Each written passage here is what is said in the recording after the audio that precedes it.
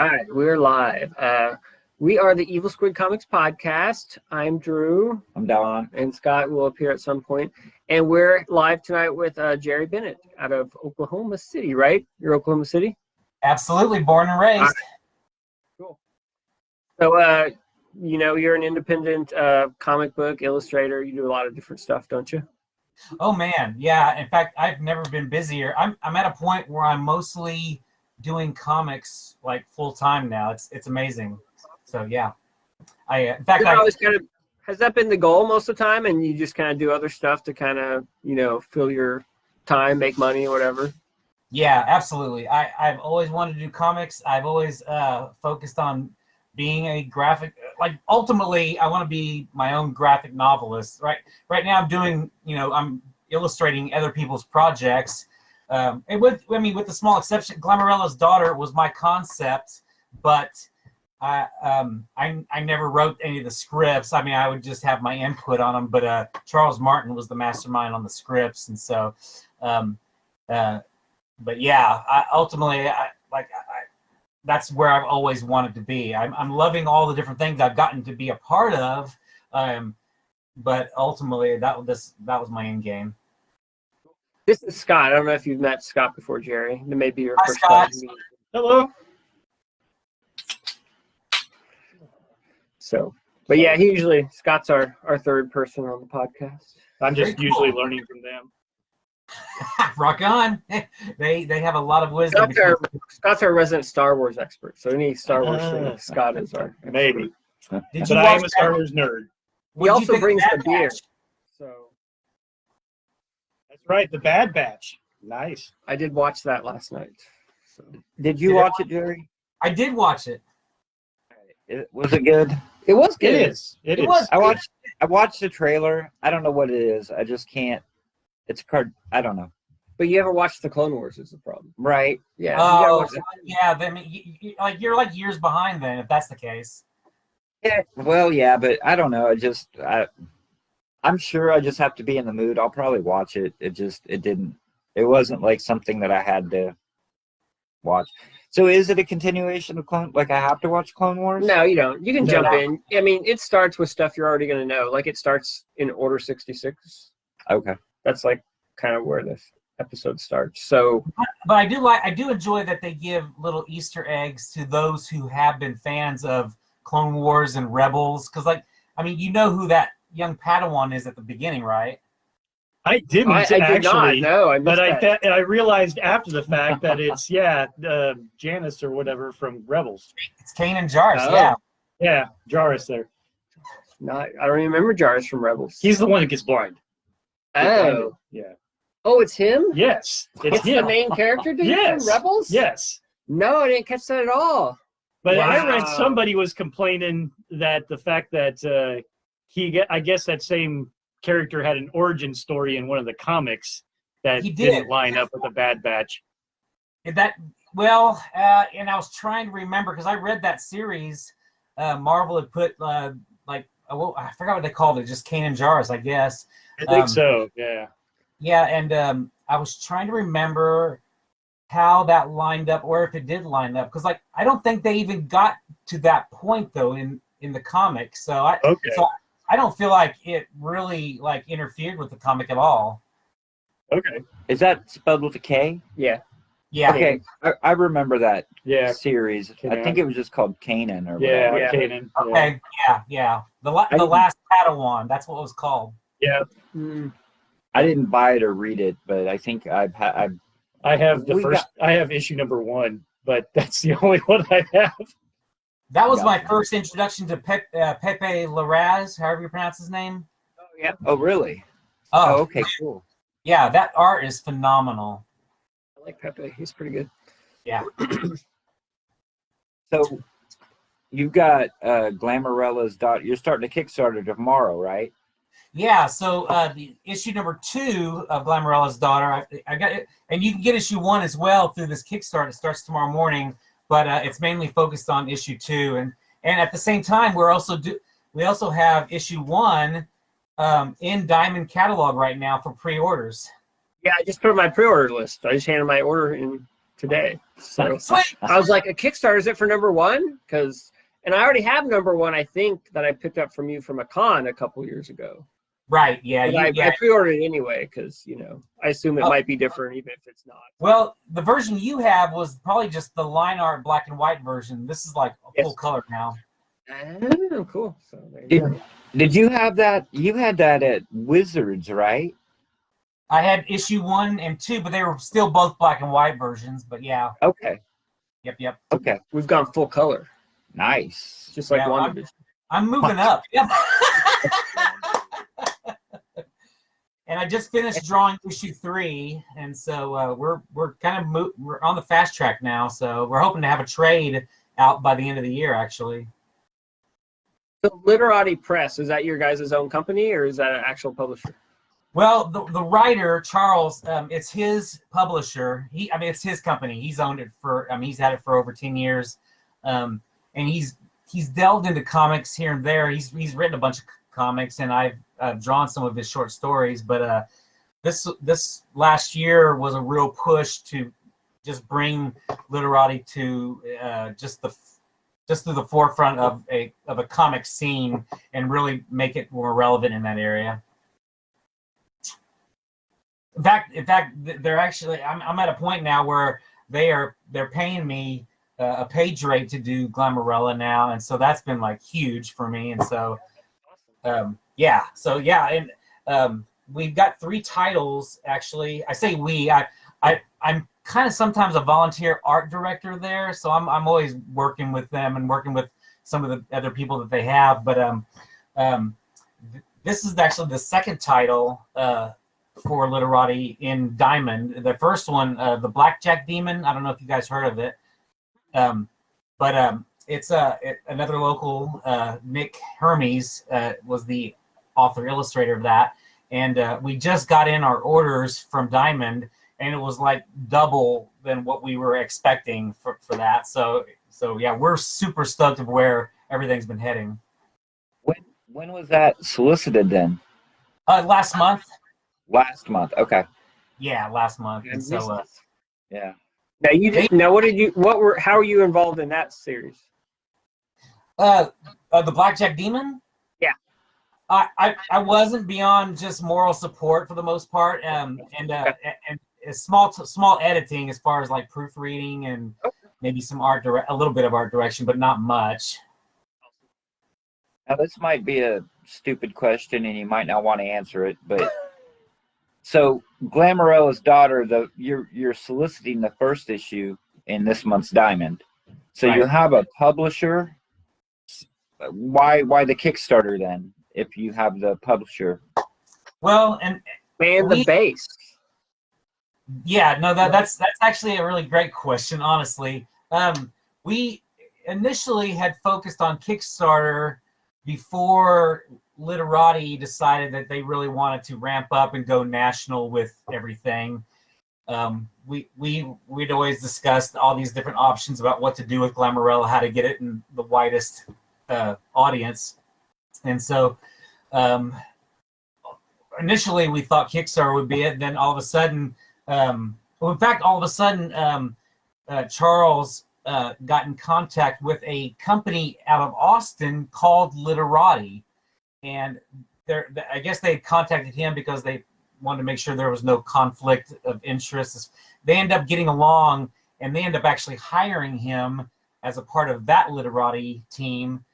And it's a different mission, but they're wanting to bring in Literati Press and some of the comics. And so that kind of started a new discussion about bringing the comics more to the forefront. And we had already kind of like targeted 3 specific comic titles, and mine was one of them. So. Okay, cool. Well, yeah, I mean, the more the merrier. You know what I mean? Like, I guess if you could spread it, like you guys said, wider base, reach more people. Whatever. That's just I don't know. Didn't that seem kind of weird? Did you do a Kickstarter for the first issue? We did. Yeah, we did. Missed it. It was about and it's been about 4 or 5 months ago. Okay. we were trying and see. This has been a new beast because they decided they wanted to kickstart those other titles as well, the Blackjack Demon and the newest one is We Promised Utopia. It's kind of a sort of a sci-fi future. Well, it takes place during 3 different timelines actually, like a past, a present, and a future. It's a very interesting comic, and they actually have 3 different artists representing each of those timelines. It's kind of interesting. It's a neat concept, so I'm excited about it. But where was I going with that? What was the question? Did I have a question? I don't know. So. I don't know. I thought I was going somewhere with it, but yeah. So no, Drew. I think Drew asked if you kickstarted the first issue, yeah. And you said about 4 or 5 months ago. And then... Oh, right. Okay. Yes. So look at your memory, Don. Good job. Dang. That's insane that I'm the one that remembers. Mercy. So yeah, we intended to try to do a Kickstarter like every 2 to 3 months, but because of the way Kickstarter runs, they don't allow simultaneous Kickstarters from one account going on at the same time, and we didn't realize it. So when we were getting issue 2 going, they were already in the middle of We Promised Utopia, and they rejected Glamourella issue 2, and we didn't know why, and then we found out why, and so we kind of just had to press pause until we were ready to go, and that's this week. So the other one's over today or last week? The other one was over last week, and once all the rewards were filled, then we could like submit Glamourella for the next Kickstarter. So, and it got approved pretty like the day of. So you have to fulfill the reward. Yeah, they want Kickstarter wants you to like fulfill all the obligations that you have with that previous comic Kickstarter before you move on to a new one. So they want to make sure you're focused on one at a time, basically. They must have exceptions because I'm pretty sure that I've Kickstarted stuff and I did not get my stuff before the company did another Kickstarter. So really? Oh well. Yeah, I'm 100% actually. When it comes to board games, when it comes to board games, because I don't know if you're familiar with board games at all, but CMON, they make a bunch of Kickstarters, and I just got my Zombicide and my Bloodborne, and they got like they've had like campaigns running 3 or every 4 3 others months. before that. Really? Oh, maybe there's different rules. I'm not sure. It could be depending on what the area is. CMON's a huge moneymaker for Kickstarter, so they may give them a special pass, you know. And they've had, to their credit, probably a good, couple dozen before that. Yeah, they have a good track record. They have, yeah. Well, then I guess reputation goes a long way. Sure. Yeah, I don't know, but that's interesting that you said that because I had not realized that. So their latest Kickstarter raised over $5 million. The stupid Marvel United. Yes. Yeah, I saw it broke $5 million. It was for a Marvel United board game, cooperative board game based off of the X-Men universe, but it made like 5.6 million. Yeah, I don't know how it beat the first one. That never happens with that stuff. See, we need to be in board games, Jerry. Back when they were still. Me and you. Yeah, I need to draw a board. I've designed some game boards and illustrated some cards in the past, but nothing for no 5.6 million Kickstarter. Yeah. Man. Well, to their credit, they're throwing a ton of plastic in there, but still, that's a crazy amount. That is. I think this is their highest Kickstarter though for them ever. They said it was the 8th highest board game ever. Yeah. But I don't think that they had one this high themselves. Yeah, they probably haven't. Because all the other ones I think were like King under Death 4. And other Yeah, stuff. no, I agree. Yeah, I think this might be the biggest scene. Yeah. Yep. So interesting. So, but it is interesting what you mentioned there. I wonder if Kickstarter has like 8 pieces of the pie that they throw things in. Video games, and comics, and board games, and other things. And I wonder if they either have, like you said, either reputation type things if somebody's starting out that hey, you have to complete one before another, or if it's something based off of which piece of the pie you're going into. I don't know. That's a good question. Yeah, I'm not sure. That's good to know, though, about the comics, at least for starting out, type of perspective that you got to get one done, get it fulfilled, and then move on to the next. Well, I don't know if you know Jake Smith. He's been doing that, Blood Force Trauma? Yes. Because I've been Kickstarter, and he does seem like he's fulfilling it before he starts the next issue or whatever. It's got to be a situation with either the media, the kind of media that's being focused on, or maybe there is like a trust thing. I don't know. I mean, that's interesting. So, and I'm just glad that these are not under my personal account, because I'm getting ready. I'm actually going to do a Kickstarter for one of my own author illustrated comics that I'm going to try to shoot. Oh, cool. That's the way around it. Just start different accounts and start different accounts, different names. There it is. When are you planning on doing this next one? The one you just said. That's a good question. I've got the script almost finished, and I've been doing a lot of. Well, if you've seen any of my Facebook stuff with those monsters, like those sci-fi looking, like retro sci-fi monsters, like I've been doing my own version of all the universe. I don't know what Facebook's algorithms. I don't think I see many of your posts on Facebook. I think I see them on Instagram. It's probably Instagram if you see anything, yeah. And that's where I focus my stuff anyway. I mean, I link it to Facebook, and I just send Instagram posts to Facebook. I really barely touch Facebook, to be honest. So, yeah. But yeah, I mean, I missed the other Kickstarter, and I don't know how I missed that. So you got to do a better job at hitting me, man. Because obviously, and that's the problem with this social media. There's so much of it.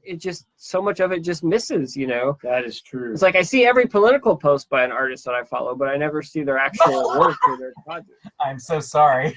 I haven't figured it out. It's like, man, whatever. Speaking of Kickstarter, did you see the big Kickstarter that launched a couple days ago? No, which one? Tukey by Jeff Smith. No, Jeff Smith? Yeah, he's got 2 new books coming out, trade paperbacks, and he launched it on Kickstarter. So Don's asking why you guys are doing Kickstarter. Why the heck is Jeff Smith doing Kickstarter? That dude's got, Walking Dead bone money, That Tukey came out like in single issues. Well, he put like 1 issue out, or maybe 2. I thought, but then he went off and it dropped off forever. Right, and there was something that popped up. It might have been in that kayfabe group, but they were asking like that. They were selling that first issue for like $40 or $50. Yeah, which I have it. I should sell it because I bought it. I wasn't that impressed with the first issue. Okay, maybe it was just a first issue. I don't know, but he's doing. I was busy looking at Jerry's drawings on Facebook. Oh, nice. He's doing 2 books. Tukey, he's releasing it as a trade? 2 trades, yeah. One is almost done. I'm sorry, one is completely done, and the second one is almost done. Oh, okay. So one comes out like in July and one in October, I think. Well, talking about like, these creators with plenty of money in their hand, that's, that was one of the same questions that was brought up when Dynamite put out Berserker on Kickstarter. Yeah. And it was Boom, not to correct you, but. Oh, was it Boom? Boom, yeah. Yeah, so. Yeah, it's the same question, and it's the same thing. It's like, well, people who don't go to comic book stores or look in the previews catalog might go to Kickstarter, Absolutely. And especially a book like your book where you're trying to reach a non kind of comic book store, 40-year-old dude who reads Superman, that's not really your audience, right? So Kickstarter is a great way to reach a different audience. Absolutely, yeah, and we were talking about that actually. We meet every few weeks, the Literati team, and we know going in, even putting Glamourella on Diamond, we know we're not going to probably hit the same numbers as the other ones might hit. But we know that when the trade comes out, we already have like tons of libraries that want to have that book in their library. So we already have like this audience that's ready to buy the trade. So that's why we're pushing so hard to get season 1 done. How many issues are going to be in the first trade, you think? Just 4. That's going to be our first start, and it'll be a cliffhanger. So we're definitely going to try to push to get season 2 going, like ASAP 2022. Yeah, that's the Robert Kirkman rule, right? Always end your trade on a cliffhanger. Always, yes. Well, I mean, yeah, that it makes a lot of sense, especially what you're saying. Like today, I guess Drew went to the comic book store and he had pre-ordered that Barry Windsor Smith Monsters. I don't know if you even know what that is. I don't, but it sounds awesome. You know who Barry Windsor Smith is? Oh yeah. Okay. He got a new 300-page graphic novel that he just put out through Fantagraphics. Holy cow! I had not known about that. Supposedly he's been 30 years in the making or something. So what I heard was back 30 years ago plus or whatever, he was hired to draw a Hulk story for Marvel Fanfare or a one-shot or something, and something happened where they wanted to edit the story. They thought it was too graphic or mature or whatever, and so Marvel nixed it. Well, he had already drawn it, and so he's like, screw you guys, I'm gonna do this on my own. But it's taken him 30 years and he's expanded it. But apparently it was based on a Hulk story. Gotcha. That's the lore that I've heard of it. But anyway, the point of my story is Drew pre-ordered it, so he picked it up at the comic book store. There's no comic book store in town that ordered anything extra. You know what I mean? They just ordered their pre-orders. I can't walk into the comic book store and buy it off the shelf. Most likely. I haven't tried because I know you can't. I can't. Well, when I bought it, the guy's like, do you like Barry Windsor Smith? Because you got to get a big book. I was like, of course. I said, who doesn't like Barry Windsor Smith? He's like, eh. I'm like, are you serious? So he's like, well, the only exposure I've had, and he pointed to X-Men 186, on the wall, with the Barry Windsor Smith cover. He's like, yeah, it doesn't really do much for me. I'm like, that's the only exposure you've had to Barry Windsor Smith is the cover to X-Men number 186? Well, that's your problem right there. No joke. So, and this guy works at a comic book store. So, so to your point, like you said, you don't think you're going to hit the numbers in Diamond, you don't have high expectations. I mean, that's why. I mean, I'm just saying, you understand what I'm saying. I mean, and Drew nailed it on the head. He's like, if it's Marvel or DC, if it's not Avengers or Batman or Superman or X-Men, they don't order it because they can't sell it. Yeah, I guess. I don't. They barely take a risk. That's always been issues. Yeah, absolutely.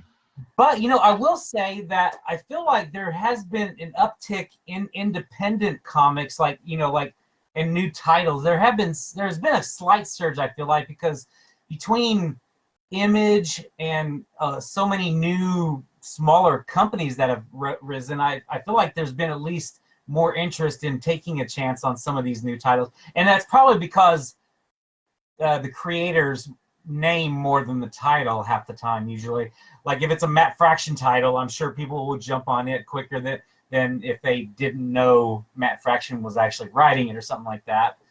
But I have heard anecdotal evidence that sales on those independent titles have been going up. I can't see any data because I don't think anybody's publishing numbers like they used to. Ever since DC split off and Diamond did the whole COVID thing, they really haven't put out good sales numbers that you can really look at. So I have no idea what things are selling at this point. Well, I will say that Blackjack Demon issue 1 sales was kind of off the charts for us, for a brand new company entering Diamond, and we were just, it was more than double what we were expecting. So I'm stoked that we did that well at all. So yeah, it's to me that says at least something to what you were saying about independence titles doing better. Who knows? And where we're at, there's 3 comic book stores, I guess, technically. Sure. Well, 4 in stock. Yeah, yeah. I don't. Yes, I guess they do to get new comics in, but I don't know who goes to vintage stock. I don't know who has a pull list at vintage stock, but whatever. But what I'm saying is, I don't know who goes to the mall, to be honest with you. Yeah, well, not Town West, but and maybe we're just in a bubble in Wichita. You know what I mean? Like maybe if I lived in Oklahoma City, maybe you could walk into a comic book store in your town and they would have Blackjack Demon, or they had monsters on the shelf. You know, maybe it's just the market here is not, they can't take chances. I know most comic book stores can't take chances on a lot of stuff, but I'm like, it's a $40 hardcover. You know what I mean? Like, but it's Barry Windsor Smith. How do you not buy like one copy to put on the shelf? I don't get it. The guys working there barely know who Barry Windsor Smith is. Well, that's part of that's the actually problem. what it comes down to. It comes down to the people ordering and the owners of the comic shop. If they don't, Now I'm sure the owner knows who he is, but Right. The guy working behind the counter is not doing the ordering. I mean, this guy is not. The Yeah, other he's- manager might be. I don't know. I don't know who's doing the ordering. I'll I'm say pretty that, sure it's the owner. like my comic book shop, I know my comic book shop and another one in South Oklahoma City, the people there that work there behind the counter and the people who own it, they would know who Barry Windsor Smith is, and they most likely have a copy. I haven't been there in a few weeks, and so but I bet if I go there that they will have a copy of that book. I'll report back on this because now I'm Right. I'm curious to know. Your comic book shop's better than ours. But first, let's take a little detour. Can you tell us a little bit about the book? Like, kind of give us the pitch and kind of what it's about? Glamorella's Daughter? Yes. Okay. Yes. So Glamorella's Daughter is about Comet. She is a middle school child who is on the autism spectrum. She is a super genius, bright kid. She loves to read. She's a bookworm. And her mom is the defender of the earth. And that's the pitch in a nutshell. But it delves into her life with her mom, life with her father, with her. She has only one friend that she focuses on, and then she has to deal with the rest of the people at school. And so, yeah. And then you find out in the course of the story where Glamourella is from and the reason she's here and how that's all going to like involve major adventures throughout the series. Looks like Invincible. In a way, it kind of is. Just kidding. Is it as bloody as Invincible? I'm It's guessing not. not. No. It's a kinder, gentler Invincible. Well, there you go. That's funny. So yeah, so that's the pitch in a nutshell. But there's a lot. It's a lot of fun humor in it, and there's actually a lot of touching moments in it throughout these issues. I feel like it just gets a little more brave, or it seems like the scripts have gotten a little more braver into messing with some like current issues and things, and I'm not one necessarily to like jump into issues, but I feel like they've been very organic in the story itself. So yeah. So tell us about, you said you might kickstart your own project that you're both writing and drawing. Do you want to tell us a little bit about that? Yeah, actually, so this is just a passion project that I wrote this story simply to draw cool monsters, cool retro sci-fi and robots, and I wanted to draw those things, and I wanted a vehicle for it. So I just took all the Universal monsters, gave them different names. I'm redesigning them for my own benefit and to not get sued, and I'm turning them into a sci-fi super team that will defend Earth from a Martian attack. So I mean that's it in a So it's nutshell. like War of the Worlds. No. No, it's like Invincible. I'm just kidding. So, no. The Viltrumites. I'm part of me is like trying really hard not to design the Martians like Mars attacks Martians. But That's probably hard because that's such a It great is design. hard. That is true. so and I don't, It's I so don't want to be- iconic. Yeah. Oh yeah. I'm actually wanting to like try to stay in this whole 40s retro sci-fi feel, and so I'm gonna make them pretty cheesy looking, to be honest. So It'll hopefully it will be to a point it'll be reminiscent of like old Flash Gordon serials in a sense, but at the same time just go off the rails in some of this craziness. I want it to be a total campy, spoofy, fun, edge of your seat kind of roller coaster ride. That's all, and nothing else, just pure fun. Well, you have my permission to message me personally when that Kickstarter goes live, so I know about it, because I probably will miss it. So I'll try and look out for it. I go to Kickstarter more for board games now than comics, but if I know somebody personally and they do a Kickstarter, I usually try and back it. So cool. Well, I appreciate that. I'll definitely let you know. What are your plans for that? Will it be a contained graphic novel? Will it be a series of issues? So right now it's just going to be like a 36 to 40 page one shot. And depending on how well it does, I definitely have ideas for more stories. So I've got just a few initial of the classic Universal monsters that I'll bring into it. And then I've got other, classic monsters that I will turn into my own versions of characters that will be like a backup team or Team B, something like that.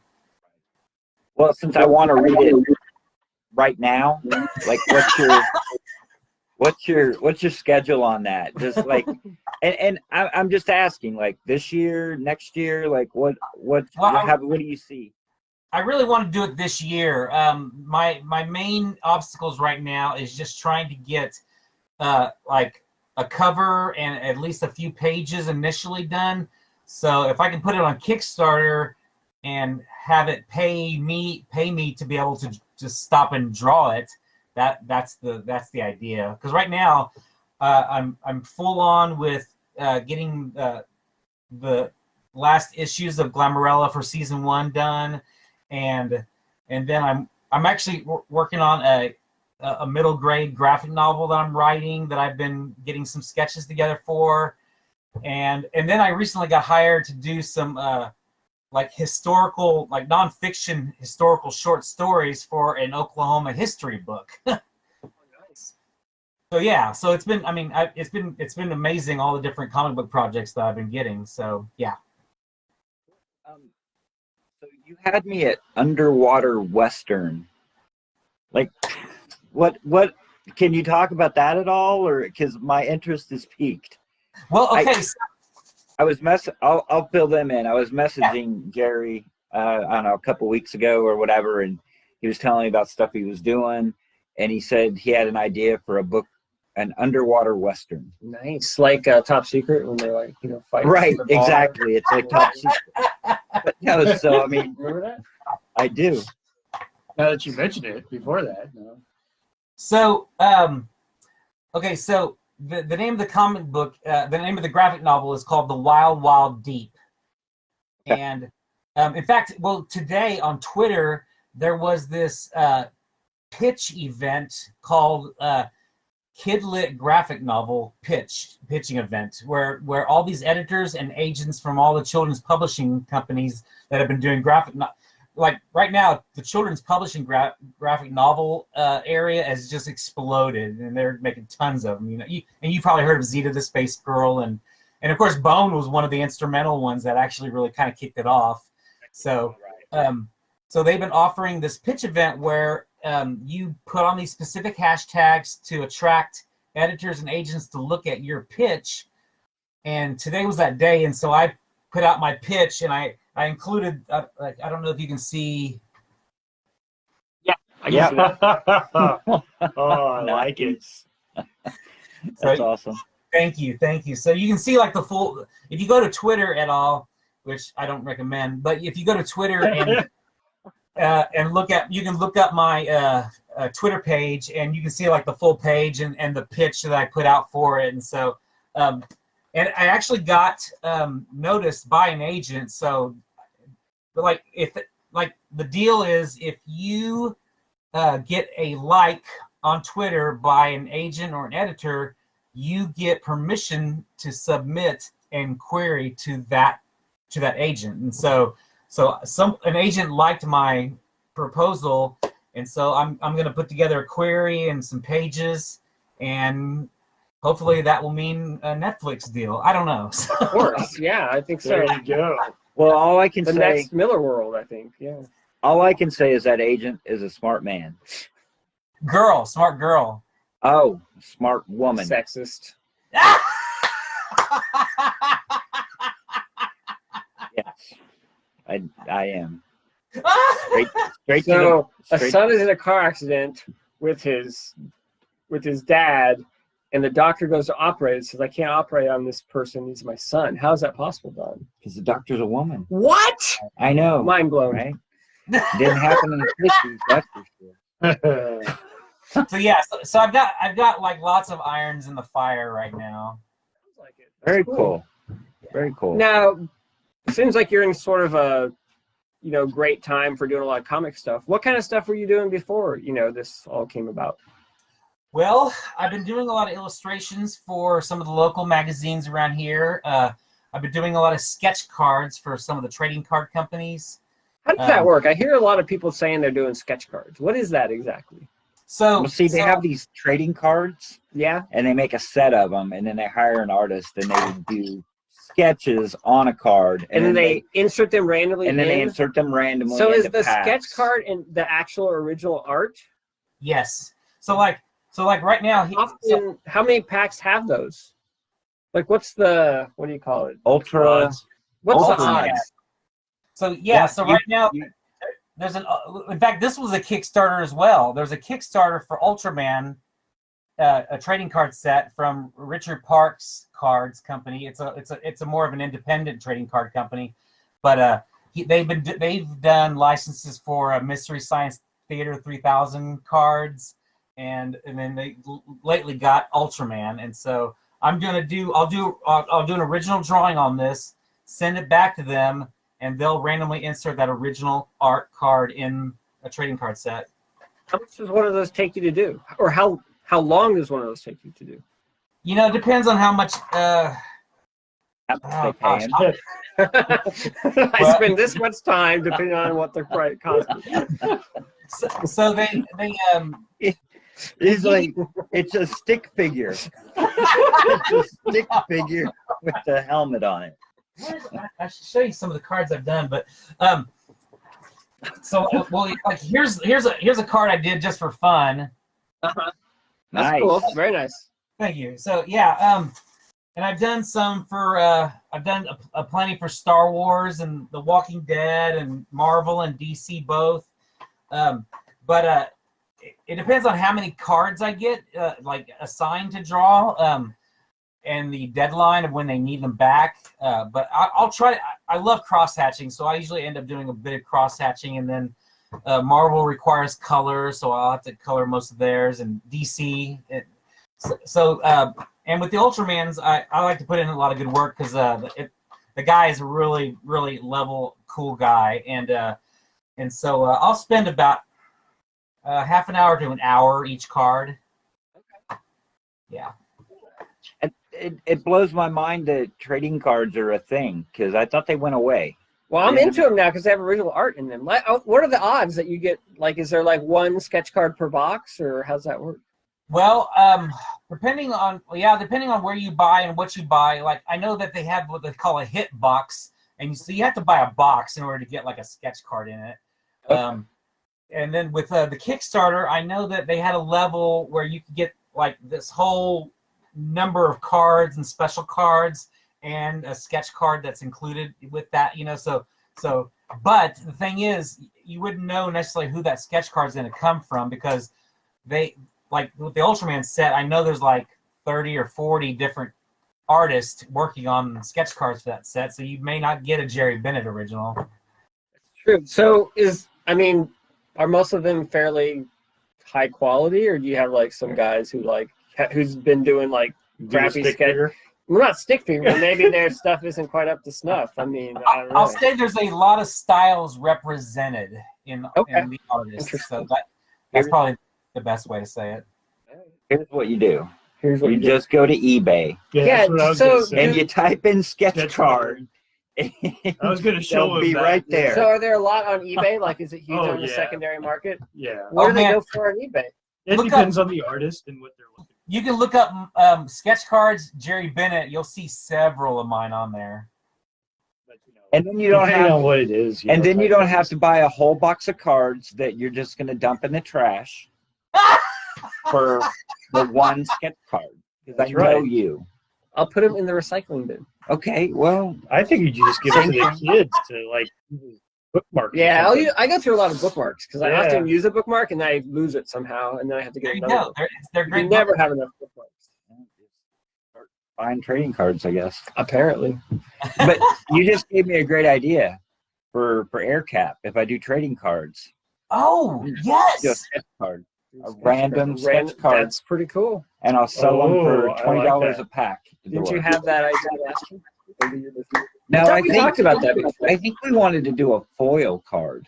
Oh, I never wanted to do a full. Oh, you wanted to do like I a never foil did. hologram prism. It's card. good thing you're solo on this now because I would be vetoing all of these ideas. Wow. And run it right into the ground all on my own.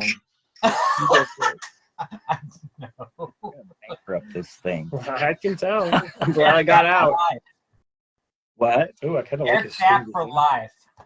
Well, see, if it's it $100 doesn't go Yeah, over, but it didn't sell. if it doesn't go over, no, all it I did can sell. I can It's open all the $100. packs myself It did sell.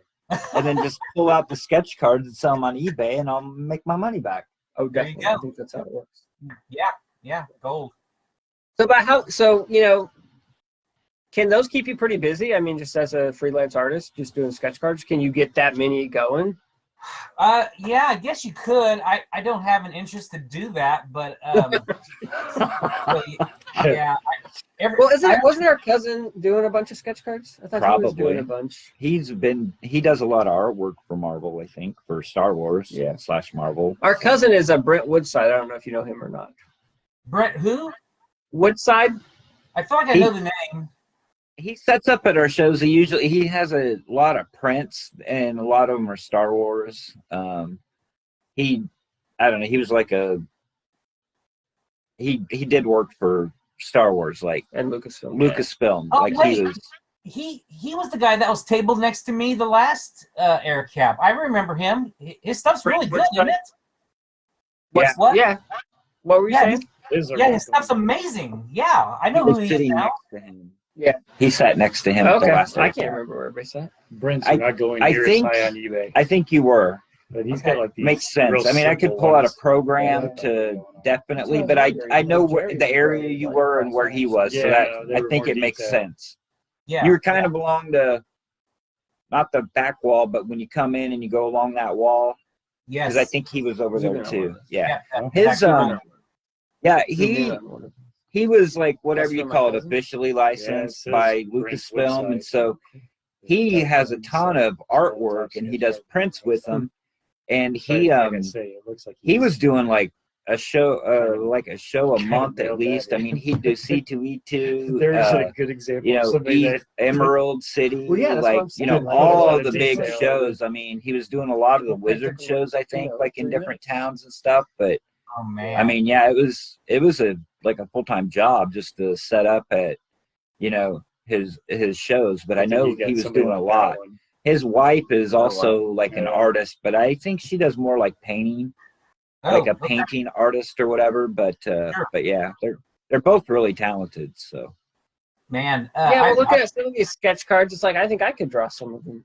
You um, know, there's very little detail, not a lot of cross-hatching. I mean, I should not have told Drew to look on eBay. I should have let him buy boxes and well, that's boxes what I was and kind of boxes wondering. of cards. It's like whoever the editor is or the boss is who's getting these sketch cards, he's getting like the Jerry Bennett sketch card. He's like, oh, this is really nice. He's getting this other one. It's like, well, I could have drawn this in like 3 minutes or so. Am I being accurate or am Let I me see. wrong? Can I see? I like this one. There's a lot of styles represented. Okay, There's a There's lot a lot of of styles. styles. you're gonna give us a diplomatic answer. That's Yes. okay. I don't have to. Yeah, do that. well, I'm we were not a just- working artist. We were looking at this one from your Art is subjective. Yeah, this is from our cousin. This is from your cousin. What? Yeah, I know. That's what I'm saying. I mean, I love our cousin. I mean, he's our Indiana cousin. Jones. Huh. But yeah, I mean that's How much is it going for? It went for a whole $6. Yeah, where Jerry's are going trying to get like $100 out of them. Right. Yeah. Well, whereas Jerry, I mean, look at this one. Holy crap! Now that is a ring of beauty there, and it went for $100. Nice. Exactly. Very Yeah. nice. So we got this. What you did, Jerry? Can you see that? Oh I'm yeah. He Yes. knows what he did. Yeah. And then there's that other one. So anyway, I'm just curious. I'm just trying to understand the whole sketch card thing. It's kind of I think you because should. I've seen lots of people say, "Hey, I'm doing a bunch of sketch cards for this Right. top set." I'm like, sketch cards. I What think are you those? should just dive in feet first. Just buy boxes and boxes. You can sit around, open them. It'll be like your hobby, and the thrill of the The hunt. thrill of the hunt. That's right. But if I get a junky sketch card, I'm gonna be really disappointed. Well, you Yeah, can sell it on eBay for $6. But if you're buying Star Wars Star Wars sets and you pull like a Pedro Pascal autograph card, man, that is like bank. It sounds like buy a lot. I think Oh, what you said yeah. is right. That's how I can just quit my job and just buy trading cards. Well, and set them on eBay. Seth Groves, he does a lot. He does a lot of them. Does Yeah. Seth Groves do a lot? Seth. Yeah, he does. You a know lot. Seth? Yeah, he does. Seth. These are like full color. Like Seth does Yeah. amazing stuff in color. I think He does. I watched But Seth that's a sketch do. card. Yeah, that's a sketch card. Holy crap! know. I think I saw Seth. He posted like a drawing. He's drawing whatever the hell that's called. My mind's going. But Oh, like a posted live drawing. stream. well, a live drawing. Like he posted a live drawing session or whatever, and He's been doing it that might have- lately. yeah. And I It's- think several of them were sketch cards. Too. Yeah. Look at that set. Oh, nice. That's Yeah. sketch cards. I've been Wow, a those are fan of Seth for a while because Yeah. he was doing our show until he moved. I think they moved to like To Indianapolis. Indianapolis or whatever. Yeah. But he was Oh. doing our show every year, and I always wanted to buy like an original piece of art from him. But man, it's high dollar, but it's worth it. But I think finally I broke down and bought like a sketch card from him. It was like a Star Wars It was sketch like a card that he set. had that was in my Oh, price wow. range to buy like an original piece of art from him. So I was like, I got one of those. And I know Brian, he's been doing he did some. I know because I picked a sketch card up from him at that little thing that artist thing that they had back in like November or whatever. I picked up, I think it's an Ultron sketch card, but Brian nice. was doing sketch cards and Yeah. Oh yeah, And yeah. he's He's been doing them hardcore now lately. So yeah. That's gonna be my next like commission thing. I'm gonna have people do like a 11 by 8.5 by 11, but do it as like a trading card Right. of like some character, and they have to like design Oh, it. that's too. fun. well, it's kind of sort of like the jam pieces that are blocked out into 9 squares. I mean, Yeah, it's kind of pretty the much. same thing. I'm gonna demand that it looks like an actual trading card. Like, you gotta have like the borders, Gonna and, like, the different demand. designs. You gotta have like the name in there, hand lettered. Dance for me, artist monkey. Do it. No, I just like something unique. Drew walks into a con and just slams a card down on the table. Draw it. Well, I just ordered another movie poster commission or whatever. From? His name's Chris Anderson. I don't know who that is. But anyway, I ordered it, and I was like, yeah, I really want like the credits and hand lettered and all that stuff. He's like, yeah, okay. cool. Holy cow. Ugh. Man, that hand lettering those tiny little words, man, that's just not my thing. Yeah, well, I told him he could print it out if he wanted. He's like, no, I'm gonna hand letter it. It'll look better. I'm like, I like you. Wow. He charged me appropriately though, just so you know. Oh, I'm sure. Goodness gracious. So, Ugh. do you read a lot of comics? Have you read comics? So what are you reading now? Like, what are you digging? What do you really like? Well, I'm kind of all over the place now. Ever since I saw the trailer for Jupiter's Legacy, I decided to go back and read those. And so I read 4 of the trades. I think there's only 4. Okay, yeah. And so I read those 4, and I thought those were very interesting. My Like favorite, the Coily one's better. yeah, probably because I'm such a Quietly fan. So I mean, Yeah. Who isn't, Yeah. right? yeah, right, yeah. We 3 is like one of my most fave comic books ever. But yeah, my favorite comic book right now, I think, is Immortal Hulk. That's a legit awesome. I mean, it's horror basically, you know, and I've never seen them take that stance with them, and it's amazing.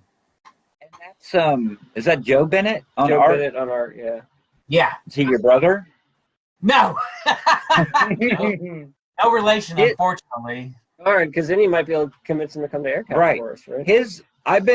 I missed the boat on the single issues of that, so I've been waiting, and I've been buying the hardcover trades that Marvel's been coming out with, and I think I've got 3 of them maybe. So that's how I've been reading it. Yeah. Man, that artwork, the line work, just tons of lines. I mean, and I was reading something a while ago. It wasn't Immortal Hulk, and I think it was before that came out, but it was by Joe Bennett, and it was the same, you know what I mean? Like just the same lines, like lines everywhere. I mean, those double page spreads that he does sometimes, I mean, I'll just sit there and stare at them for like 10 minutes just looking at it. Right? It's so good. Like just Is it me, or does he seem like a very much a study of Bernie Wrightson? I could see that. I mean, I feel like there's so much of that. I think he's trying. I feel like he's vibing a lot of Bernie Wrightson, but I mean, it's not quite the same, obviously, but still, I think there's a lot of that in it. But yeah. Yeah, that makes sense. I never made the connection, but that makes sense. So, like, what kind of comics did you read growing up? My biggest comics were the Marvel Transformers, G.I. Joe, and then I guess started getting into all the John Byrne, Fantastic Four, and Superman when he rebooted Superman. Alpha Flight, when he did Alpha Flight, that was a big one too for me. And then I really started focusing on some of the some of the artist names at that point. I think that's when I really started getting into that. Oh man, Michael Golden when he was doing the Nom, and Bucky O'Hare, his original the first graphic novel of Bucky O'Hare. Some of the best stuff. who are some of your favorite artists, or like artistic influences, or you know? Well, Arthur Adams has always been a big one, and I didn't mention him because I remember I still have all my long shots when they came out, and any of the X-Men specials he did, and then like right now currently I love anything that Stuart Immonen puts out, if he has anything. He hardly hasn't much anymore, but my favorite comic book, I think, of all time might be Next Wave. I think that's my... I've never read that. Have you not? Oh, No. that's the Marvel. It's funny. That's like the only Immonen I haven't read. I love Immonen, but I never read that word. That's Warren Ellis, right? Yes. I mean, it's like the most brilliantly written like black comedy. I mean, it's just so good. He takes the most obscure characters, and then with Stewart's art, he takes this simple. He does something real whimsical to his art style in that series, and it's just what is Marvel? It's just gorgeous. Yeah, I have it. I've read it. It's been years. I remember liking it at the time, but you know what I mean. I read so much. Oh sure. Did you read the latest Immonen book, The Plunge? Yes, The Plunge? I loved it. Yeah, it was so interesting. I mean, it was so unique. I loved it. I loved every bit of it. Did you look at any of his original art for that? Do what? Did you look at any of his original art for The Plunge? Like for sale? Yeah. No, have you? Yeah, so it's really weird. It's like he did this real like pencil. He didn't ink it, because he inked it himself. And so the original art, it's all just in pencil. I mean, he must have inked it digitally or something. Oh, or in the color process. He's doing a lot of digital stuff now, and his Instagram. Yeah, he penciled it, but then So the original art is very underwhelming to me because it doesn't have the Wade Von Gren whatever dude inking it, and so. I actually own a piece of whatever. What? Yeah, I actually own a piece of Empress that he did, like a page. Of Empress? Yeah, I own a page of that. Yeah. That's amazing! Oh my gosh, aren't they making a Netflix movie or TV series of that? I think it was part of that whole Miller world. I think they did talk about doing a movie of that. So, Man, you can't wait till that movie comes out. You're gonna be able to sell that page for 10 times. I'm not selling that page, dude. I love that page. Dude, I'm so jealous, man, because that comic was gorgeous. Ugh. It's beautiful. Yeah. Wow. So between them and yeah, sci-fi. Yeah. I love Oliver Coipel. Yep. Yeah. Scott's got a great Coipel story. I do.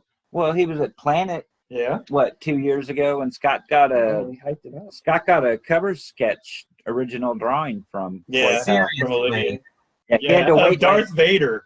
He had to wait all day for it. Not Sure. all day. It was half a day. It was still worth it. That's amazing. But yeah, it was that was cool, and it was just neat to watch him though in general because he only did like I don't remember 8 or 10 for the day or something, and I was in and out there a little bit, but he did like a Hulk that was just freaking amazing for this one guy on like an 11x17.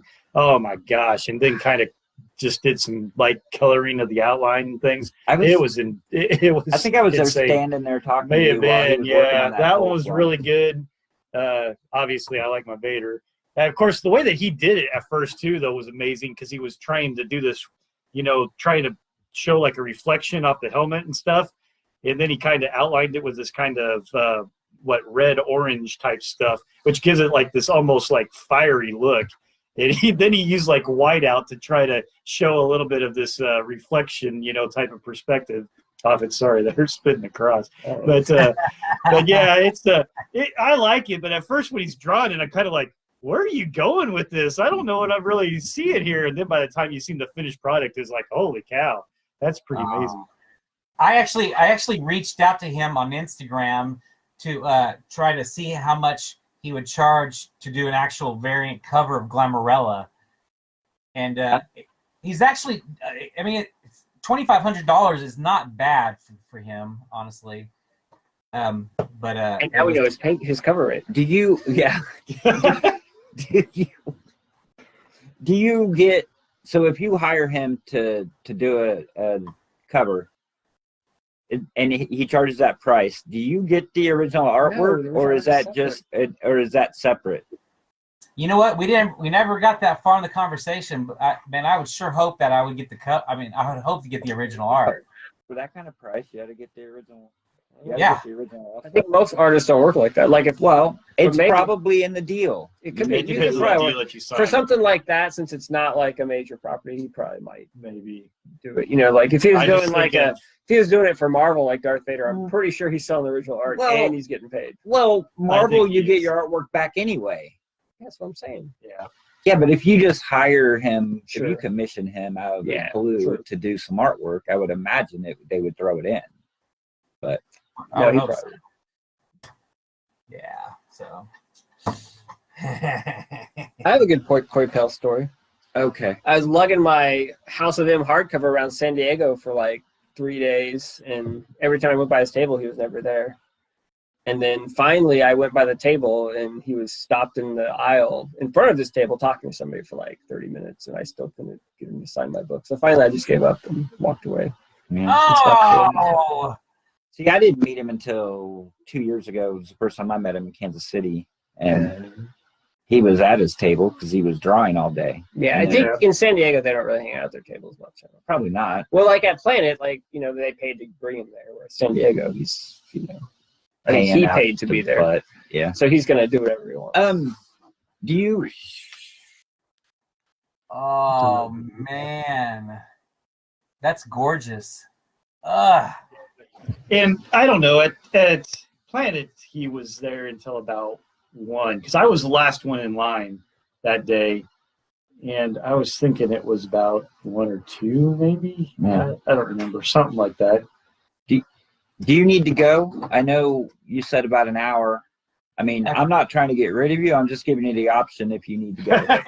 If you're sick of talking with us, here's your chance. Because I'll talk to you all night, Gary.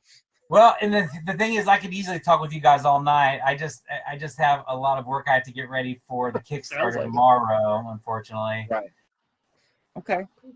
Well, Is there anything else you want to talk about that we kind of were all over the place. We apologize. No, this is great. I mean, this is kind of, I mean, this is why I miss AirCap, because I mean, you know, just getting to hang out and talk comics and talk all the things we love. Yeah. I agree. Missing those conventions in general. Me too. Yeah, for sure. So yeah, so this is a great taste. I thank you for letting me come on. Let me come on the Yeah, podcast. anytime. It was a lot of fun. Yeah, Absolutely. Absolutely. It was a blast. So, good luck with the Kickstarter. We'll try to plug it. Nobody watches this, so you know, it was a waste of But an now hour. at least we're aware of it. There you go. So And that's I'll share this on my social media, so some people might watch it.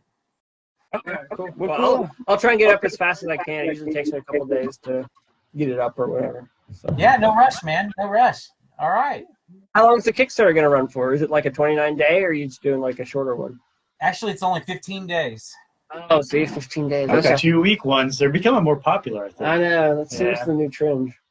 Well, Yeah. he's got to get this one done and fulfill it so That's he can true. start So the you next can one. Start the next one. There That's you go. exactly why we started Well- doing the 15 days. There's a lot of metrics that say 15 days is ideal, because if you do it longer, people just kind of lose interest and you don't really get much. Whereas 15, you carry that momentum over. We actually looked at our numbers, and that's exactly the way our sales worked. I mean, like the big chunk was at the beginning, and then the huge drop off, and then at the very end, and it, you know, yeah. So that's exactly how it works. Yeah. So you might as well just compress it and get rid of that That's middle right. that doesn't do anything. Yeah. Absolutely. Shrink that timeline down. Well, thank you very much for coming on. It was great talking to you. Yeah, it was great talking to you. I appreciate Have a it, good guys. night. You too. I love hanging out with y'all. I hope I can do this again soon. Yeah, All right. we'll try and do that. Good That's luck awesome. with Well, Kickstarter. We'll do it. We'll do it when you don't have a Kickstarter and we can talk about comic books. That sounds Is perfect. that what we did? Well, I mean, like we'll do reviews. Like we'll Okay. have Jerry read something and he can review can it, review and it. then I'll review Or it. we can talk about the Bad Batch. Yeah, But hey, Bad Batch. you might have to watch something. Now, is there a new episode of the Bad Batch on Friday? I don't know. I imagine. I I'm gonna, wondered about that. I didn't know if it was gonna be every Tuesday now or every Friday or yeah. I think they only did the Tuesday because of May the 4th, but normally Disney Plus likes to drop things on Fridays. But Right. will they right. do it this Friday or wait? I bet you they do it this Friday. I think so. Yeah. I bet you're right. Yeah. Does anybody know how many episodes it is? I have no idea. Oh, 20 Scott, you're supposed to know this stuff. You would think I should, but 27. I doubt that. 27. It's probably like a dozen, if anything. I'm thinking like 8 or to 10. It's Oh, 42. I mean, 42, that is the according- answer to everything. I know. wasn't According one- to Douglas Adams, it's well, Douglas Adams. It's 42. Wa- 42. wasn't WandaVision 8 and now Falcon and the Winter Soldier was 6? I mean, they're So- getting shorter. Bad Batch is 4. Oh, Probably. When we get to Loki, it's Loki's going going to be a, like one episode. it's going to be a 2-hour movie made for TV oh, movie. man. That's All right. depressing. All right. Well, have a good night. Good luck with the Kickstarter. Thank you. And we'll, All right. we'll blast it out too. Well, I appreciate it, and I hope to talk to y'all again real soon. All right. Thanks, Jerry. Yep. Oh my gosh, it says here that it's 16 episodes. What? 16? Wow. That's crazy. We'll see y'all. All right, take care. Bye.